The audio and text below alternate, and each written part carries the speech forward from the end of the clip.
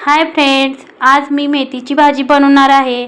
त्यासाठी मी येथे मेथी स्वच्छ निवडून ती 2 वेळा पाण्याने धुवून घेतली आहे।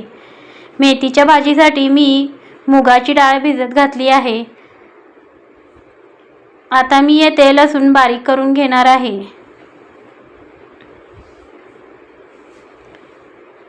मेथीची भाजी बनवण्यासाठी मी येथे कढईमध्ये तेल टाकणार आहे। तेलामध्ये मी जिरे टाकणार आहे। जिऱ्यानंतर मी त्यामध्ये बारीक केलेला लसूण टाकणार आहे। नंतर त्यामध्ये मी बारीक खोबरं टाकणार आहे। नंतर त्यामध्ये मी मेथीची भाजी टाकून घेणार आहे। मेथीची भाजी हलवल्यानंतर त्यामध्ये मी भिजत घातलेली मुगाची डाळ पण टाकणार आहे। डाळ टाकल्यानंतर हे भाजी हलवून घ्यायची। नंतर या भाजीमध्ये अंदाजेप्रमाणे बारीक मीठ घालून घ्यायचे।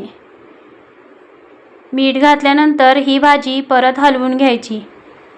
नंतर यामध्ये भाजलेले मोठे शेंगदाण्याचे कूट टाकणार आहे। कूट टाकल्यानंतर मेथीची भाजी हलवून घेणार आहे। भाजी शिजवण्यासाठी यामध्ये मी थोडेसे पाणी पण टाकणार आहे। पाण्यामध्ये भाजी शिजवून घेतली की छान लागते। आता या भाजीवर मी 10 मिनिटं ताट झाकून घेणार आहे। 10 मिनिटांनंतर मी हे ताट काढून घेणार आहे।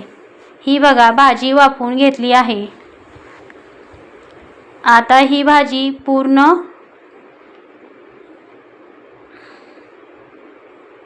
शिजवून घेणार आहे। भाजीतले पाणी पूर्ण आटले आहे। ही बघा, आपली भाजी तयार झाली आहे।